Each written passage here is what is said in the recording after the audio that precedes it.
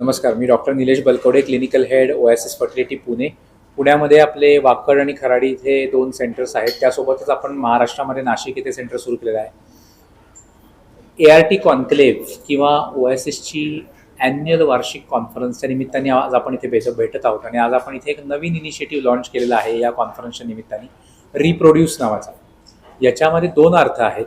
Reproduce म्हणजे knowledge तुमचं तुम्ही पुन्हा रिप्रोड्यूस करा, आणि सेकंडली पेशंट्सला रिप्रोड्यूस करायला म्हणजे त्यांची पुढची ऑफस्प्रिंग तयार करायला मदत करा.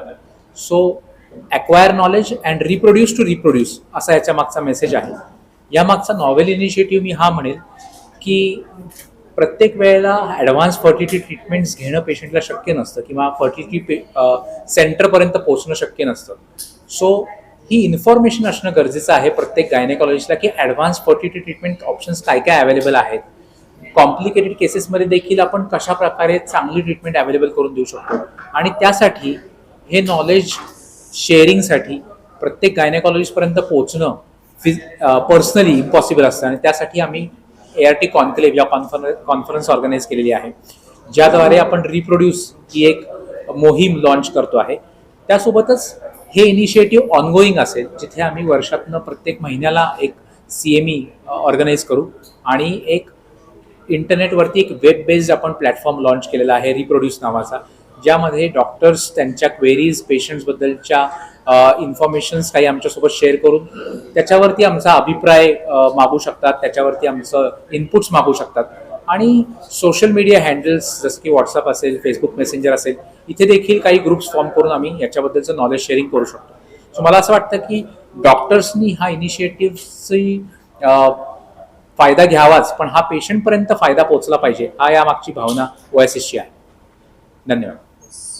तर आम्ही काही नवीन इनिशिएटिव्ह ह्याच्या आधी पण लॉन्च केलेले आहेत, जसं की वी कॅन कन्सीव्ह, चुप्पी तोडो असा एक इनिशिएटिव्ह आपण रिसेंटली लॉन्च केला मेल इन फर्टिलिटीसाठी, की प्रत्येकाने बोललं पाहिजे फर्टिलिटीबद्दल. बऱ्याच वेळेला एक न्यूनगंड असतो स्त्री किंवा पुरुषांमध्ये, फर्टिलिटीबद्दल बोललं जातं. सो असा एक इनिशिएटिव्ह आपण लॉन्च केला, आणि आज आपण एक नवीन इनिशिएटिव्ह इथे एआरटी कॉन्फरन्सच्या अनुषंगाने लॉन्च करतोय, आणि त्याचं नाव आहे रिप्रोड्यूस. रिप्रोड्यूसचा अर्थ म्हणजे नवीन जनरेशनला जन्म देणं असा आहे इंग्लिशमध्ये रिप्रोडक्शन. पण इथे रिप्रोड्यूसचा अर्थ म्हणजे आपलं नॉलेज रिप्रोड्यूस करणं, म्हणजे नॉलेज एक्वायर करणं आणि तेच नॉलेजचा पुढे वापर करणं, असाही त्याचा अर्थ आहे. सो रिप्रोड्यूस टू रिप्रोड्यूस असा त्याचा अर्थ आपण घेतलेला आहे. या अर्थामध्ये 2 अर्थ आहेत. पहिलं, आम्ही नॉलेज शेअरिंग प्लॅटफॉर्म तयार केलेला आहे सगळ्या गायनेकॉलॉजिस्टसाठी. सो बऱ्याच वेळेला काय होतं की एखादी गोष्ट आपल्याला येत असेल तर आपण त्याला ट्रेड सिक्रेट म्हणतो, आणि फक्त आपल्यापर्यंतच ते ट्रेड सिक्रेट ठेवायचं. पूर्वीच्या काळामध्ये वैद्य असायचे, ते आपली विद्या जाईल म्हणून ते नॉलेज शेअर नाही करायचे. मला आठवतं माझे आजोबा वैद्याचं काम करायचे, आणि त्यांना बरेच आयुर्वेदिक मेडिसिन्स माहिती असायचे, दुर्गाचा वापर किंवा अनेक गोष्टींचा वापर कसा करायचा हे माहिती असायचं. पण आज तसं राहिलेलं नाही की आपण नॉलेज शेअरिंग नाही केलं तर आपण ग्रो नाही होऊ शकत. So knowledge sharing platform create करणं हे एक महत्वाचं आम्ही आमचं कर्तव्य मानलं, कारण आम्ही प्रत्येक पेशंट ट्रीट नाही करू शकत. गायनेकॉलॉजिस्ट हे खूप इम्पॉर्टंट लोक आहेत जे बेसिक इन्फर्टिलिटी ट्रीट करू शकतात, IUI करू शकतात लेवल 1 क्लिनिक्समध्ये, आणि ज्या काही ॲडव्हान्स गोष्टी आहेत ज्यांना नॉर्मली कन्सीव्ह करता येणं शक्य नाही, अशांसाठी OSS फर्टिलिटी आहेच, की जिथे आम्ही गेल्या 3 वर्षांपासून डे 1 पासून ॲडव्हान्स गोष्टी करतो आहे. ब्लास्टोसिस्ट कल्चर असेल, IVF असेल, ICSI असेल, लेझर असिस्टेड हॅचिंग असेल, pre implantation genetic testing, endometrial receptivity array. भारतामधलं पहिलं IVM टेक्नॉलॉजीचं बाळ OSS फर्टिलिटीमध्ये जन्मलेलं आहे. इन व्हायट्रो मॅच्युरेशन नावाची टेक्निक बेल्जियम सोबत आपण असोसिएटेड आहे. बेल्जियम या देशासोबत असोसिएट होऊन सरांनी ती टेक्नॉलॉजी आपल्या इथे आणलेली आहे, आणि त्याच्याद्वारे आपण IVM द्वारे देखील बाळ आपण दिलेलं आहे. भारतामधलं पहिलं बाळ देण्यामध्ये आम्ही यशस्वी झालेलो आहोत.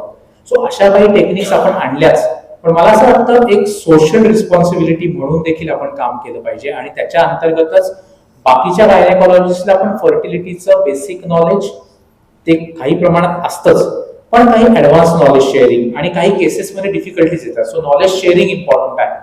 काही गोष्टी आम्ही त्यांच्याकडनं शिकतो, की काही कॉम्प्लिकेटेड केस असेल, नवीन केस असेल तर आम्हालाही अभ्यास करायला लागतो. सो नॉलेज शेअरिंग 2 वेज असेल. त्यासाठी आम्ही रिप्रोड्यूस लॉन्च करतो आहे. फिजिकल नॉलेज शेअरिंग असेलच आमच्या कॉन्फरन्सेस थ्रू, जसं एआरटी कॉन्फरन्स आपली आज होते आहे तशाच कॉन्फरन्सेस दर महिन्यामध्ये आपण सीएमईच्या स्वरूपामध्ये कंडक्ट करणार आहोत, ज्या पॉकेट्समध्ये गायनेकॉलॉजिस्टला हँडल करतील.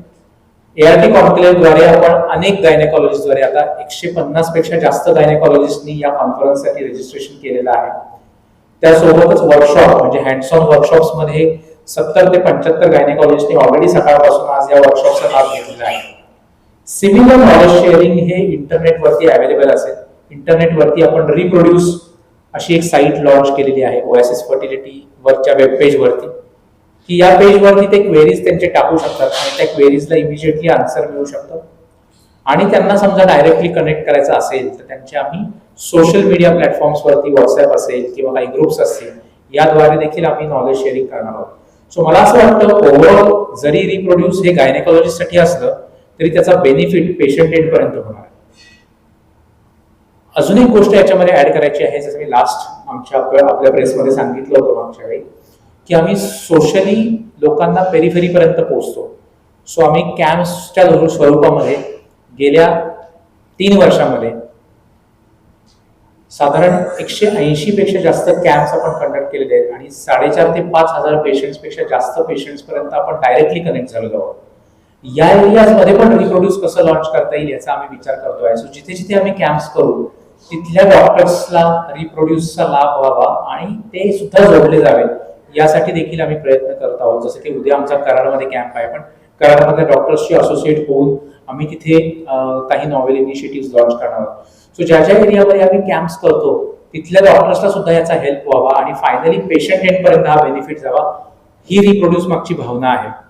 आणि मला असं वाटतं की once we share knowledge we grow, आमचंही नॉलेज याच्या मागे वाढेल आणि याचा एंड टू एंड बेनिफिट पेशंटला मिळेल अशी मी या दरम्यान एक अपेक्षा आणि आशा व्यक्त करतो. धन्यवाद.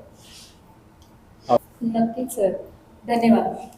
तर नाशिकमध्ये पण आता ओएसएस फर्टिलिटी आलेला आहे आणि नाशिक आणि त्याच्या पेरिफेरीमध्ये देखील आम्ही पेशंट पर्यंत पोहोचण्याचा नक्कीच प्रयत्न करत आहोत.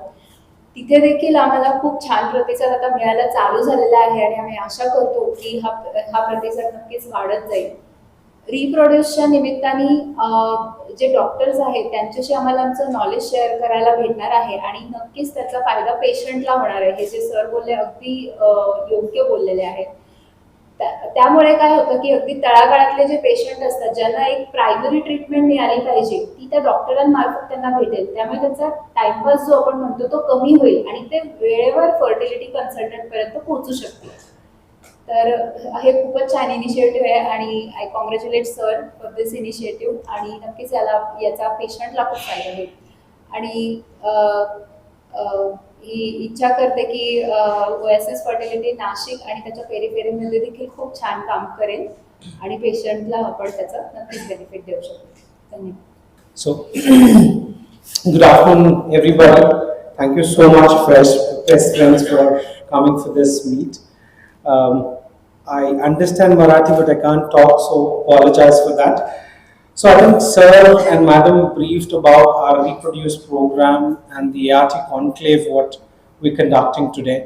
I will just quickly brief about our achievements in the last 13 years, what makes Oasis very unique.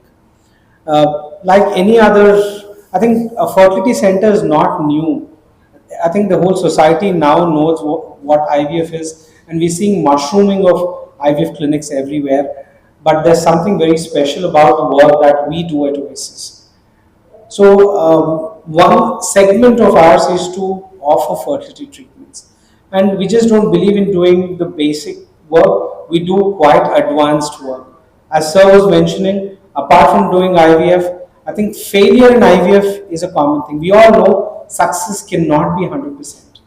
And on an average, the success is only 40%, which means if 10 patients come for fertility treatments, only 4 at the max 5 go home with pregnancy and the rest would not. So what happens to these patients when one cycle of IVF fails? In a country like India where there's no insurance, when patient has to pay from their pockets, a failure is quite a difficult situation. And they do not know what to do. Probably in the past, donor was an option because it gave better success. But in the year 2023, we're talking about a self-gamete conception. Everybody deserves to have a child from their own sperm and egg. Taking a donor is probably an easier option, gives you a better success, but that's not anybody wants and deserves. And that's what we primarily focus at Oasis. Majority of the patients who come to Oasis come with a failed cycle elsewhere. So that's quite a challenge to take up. In spite of that, with all the advances we have, we still maintain a success which is almost close to 60%. So few of the advances, as Sir was mentioning, I think we do this pre-implantation genetic testing. With the uterus, there are a lot of newer interventions we do. So we have the constant endeavor is to ensure that we bring in the recent research into clinical practice and we take it across to every patient. Now we're opening with nursing, so we know that all these bigger and recent advances is not something that should be curtailed or pertaining only to a tier 1 city or a metropolitan city. We want these treatments to reach everywhere. So all our clinics, be it a tier 2 or tier 3 city, we ensure all the advances are available and we cater every person. And the biggest problem in a fertility treatment is the patient needs to travel multiple times, sometimes stay in outside the home for almost a month or 2 months. So if a clinic is offering the treatments which are available in major cities like Mumbai, Hyderabad, Bangalore, closer to their homes, I think it makes a huge difference. They can stay with their family and get the same advanced treatments that's there. So apart from this, I think we give a lot of importance and focus on male infertility, which I don't think many people do that. So we have opened exclusive male fertility clinics by the name AndroLife, and we deal with them a lot of programs and initiatives. And in today's ART conclave in the conference, we have dedicated an exclusive hands-on workshop only to learn management of male infertility, because that's a segment which is not really spoken about, and we thought it needs much more importance and training, and that's what we are doing together. So we, apart from doing these fertility treatments, I think one of the other initiative Oasis has been doing in the last 13 years is supporting the cancer patients. I think we are absolutely proud of this initiative, thanks to the management, and I think we make a difference to these cancer patients. And why is a fertility clinic involved in the cancer treatment? We all know cancer treatment is improved, their lifespan is improved. So with the chemo and radiotherapy that they're getting, their eggs and sperm production comes down. The testis and ovary can get damaged. So their chance of conception comes down after the cancer therapy. And so what we can do, a simple thing is to freeze their eggs or sperm even before they can start the cancer treatment. And that simple one-step measure will help these couples have their own children with their own DNA and gametes in the future. And in the last 10 years or so, we must have helped thousands of such cancer patients, and we take this initiative to every clinic that we open up. Academics has been another important venture, be it at Pune, Hyderabad, or all other branches. We ensure that we run fellowship programs for gynecologists so that we can train them and they can go and spread the state-of-art treatment and knowledge a little bit more than what it is currently. So that has been our achievements in the last few years, and we are absolutely happy to do this ART conclave again in Pune. And once again, thank you all the electronic and print media press friends for the support throughout. I think without your support in helping us bring the awareness of what's the right thing to do, where has science reached in the current day, I don't think our mission would have accomplished. So thank you so much for being a part of this journey of Oasis in Pune and in the country as well. Thank you everyone.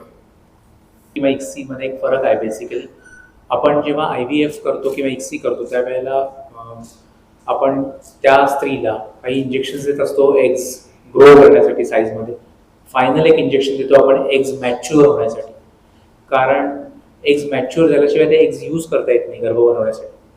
Okay. So त्याला mature किंवा M2 egg असं म्हणतात. So जर ते एक maturity जर शरीरात झाली त्याला आपण ते जनरली मॅच्युअर झालेलं एक आपण बाहेर काढतो, त्याला आपण IVF द्वारे यूज करतो. त्यासाठी आपल्याला इंजेक्शन देणं गरजेचं आहे आणि त्या इंजेक्शनसाठी पुन्हा कॉस्टिंग येणार आहे, राईट. पण काही कॅटेगरी ऑफ पेशंट्स असे आहेत जिथे आपण इंजेक्शनचा वापर न करता एग्ज इमॅच्युअर स्टेटमध्ये बाहेर काढले, त्यांना शरीराच्या बाहेर मॅच्युअर केलं आणि त्याच्या पुढे जाऊन आपण त्यांचं ICSI केलं किंवा IVF केलं, तर त्याला आपण IVF म्हणतो, in vitro maturation of oocytes. Okay. आणि ओएसिस मध्ये आपण कॅपा मॅच्युरेशन करतो, म्हणजे ही वेगळी पद्धत आहे IV मॅच्युरेशन करण्याची एकशी, आणि त्यामुळे रिझल्ट थोडेसे जास्त बेटर आहेत. म्हणजे बेल्जियमच्या सोसायटी सोबत इन्व्हॉल्व्ह होऊन आपण एक जॉईंट इनिशिएटिव्ह लॉन्च केलेला आहे. Of course doctor Krishna Chaitanya head करतायत, डॉक्टर दुर्गा आहेत, डॉक्टर दुर्गा राव आमच्या मेडिकल डिरेक्टर ओएसिसच्या हे प्रोजेक्ट हेड करतायत. आणि भारतामध्ये पहिलं IVM बेबी, सो ज्यांना इंजेक्शन घेण्याची गरज कमी होईल, कॉस्ट कमी होईल, इंजेक्शनचे काही जे थोडेफार दुष्परिणाम आहेत, ऑफकोर्स आपण दुष्परिणाम कमी होते याच डोसमध्ये यूज करत असतो, पण जे काही थोडेफार दुष्परिणाम आहेत ते होणार नाही कारण इंजेक्शनच आपण वापरणार नाही. आणि अशाद्वारे ड्रग फ्री IVF त्याला आम्ही म्हणतो, सो ज्याला IVM म्हणतो. त्याचा दुसरा फायदा असा होईल की त्याच्यामुळे कॉस्ट कटिंग होईल. कमीत कमी पैशांमध्ये पेशंटला IVF ट्रीटमेंट देऊ शकतो. ऑलमोस्ट 40 to 40% आसपास. बेसिकली अशा खूप पेशंट्स आपल्याला वाईट पण वाटतात. एक एम्पॅथी असते पेशंट बरोबरची की कॅन्सर यंग पेशंट मध्ये झालेला आहे. सो ती बघितल्या 20s मध्ये अर्ली कॅन्सर्स आहेत, 30s मध्ये आहेत, आणि त्यांचं काही पेशंट्स त्यातल्या मॅरेजही झालेलं आहे, काही पेशंट जस्ट मॅरेज होते. अशा पेशंट्स मध्ये ज्यांचं मॅरेज झालेलं नाही अशा पेशंट्स मध्ये आपण एग फ्रीजिंग किंवा स्पर्म फ्रीजिंगला जाऊ शकतो. सो पुढे जाऊन त्यांचं मॅरेज झाल्यानंतर ते जे एग्स फ्रीज केलेले किंवा स्पर्म्स फ्रीज केलेले ते आपण एकत्र करून किंवा त्यांचा IVF द्वारे त्यांना प्रेग्नन्सी देऊ शकतो. आणि जे ऑलरेडी मॅरिड आहेत त्यांचे आपण एग्स किंवा स्पर्म्स घेऊन एम्ब्रिओ बनवून तो एम्ब्रिओ फ्रीज करू शकतो. कॅन्सरची ट्रीटमेंट पेशंट कंप्लीट करू शकतो आणि कॅन्सरची ट्रीटमेंट कंप्लीट केल्यानंतर पेशंट जेव्हा पुन्हा आपल्याकडे परत येतो त्यावेळेला त्यांच्यामध्ये त्या गर्भाद्वारे प्रेग्नन्सी देता येऊ शकते. समजा पेशंट आधी कॅन्सरच्या ट्रीटमेंटला गेला आणि नंतर आमच्याकडे आला तर किमोथेरपी, रेडिओथेरपी याच्यामुळे जे दुष्परिणाम शरीरावरती होतात, जसे किमोथेरपी, रेडिओथेरपी कॅन्सरचे सेल्स मारतात त्याचप्रमाणे एग्स आणि स्पर्म्सला अफेक्ट करून त्यांची क्वालिटी कमी होऊ शकते. सो पुढे जाऊन आपल्याला त्यांच्यामध्ये प्रेग्नन्सी अचीव्ह करणं डिफिकल्ट आहे. सो ते करण्याच्या आधीच जर आपण व्यवस्थित एग किंवा स्पर्म्स किंवा एम्ब्रिओ फ्रीज करून ठेवले तर पुढे लाईफ खूप इझी होतं आणि प्रेग्नन्सी अचीव्ह करणं इझी होत जातं. सो कॉम्प्लिकेट करण्यापेक्षा की प्रायव्हेट रिझर्वेशन किंवा फ्रीजिंग हा एक चांगला ऑप्शन. आणि आमच्याकडे गेल्या 3 वर्षांमध्ये अनेक पेशंट्सनी याच्यासाठी ट्रीटमेंट घेतलेली आहे आणि आम्ही सक्सेसफुली त्यांचे एम्ब्रिओज फ्रीज करून ठेवले. याचा अजून एक फायदा मी सांगू इच्छिते सर की सेल्फ एग आणि सेल्फ स्पर्म म्हणजे ते स्वतः आई व बाबा होऊ शकतात. की कारण की कसं आहे की एकदा त्यांच्या एग्स किंवा स्पर्म हे डॅमेज झाले तर डोनर शिवाय दुसरा पर्याय आधी निघायचा नाही. पण आता फर्टिलिटी प्रिझर्वेशनमुळे असं झालं की ते स्वतः त्यांचं बायोलॉजिकल चाइल्ड त्याच्या थ्रू कॅन्सर मधून गेल्यानंतर देखील त्यांना होऊ शकतं. अनलिमिटेड ऍक्च्युली आपण म्हणजे मॅक्सिमम आतापर्यंत बघता गेले की 10 years or so फ्रीज केल्यानंतरही त्याची क्वालिटी अफेक्ट झालेली नाहीये. तर आपण फ्रीज करू शकतो, नक्कीच त्याची क्वालिटी अफेक्ट झालेली दिसत नाही. ऑलमोस्ट 95% सर्वायवल आहे अनेक वर्षानंतरही. आता रिसेंटली 16 जगामध्ये भारतामध्ये 16 वर्षापूर्वी फ्रीज केलेल्या गर्भाचा देखील प्रेग्नन्सी झाली. हे एवढेच आहे.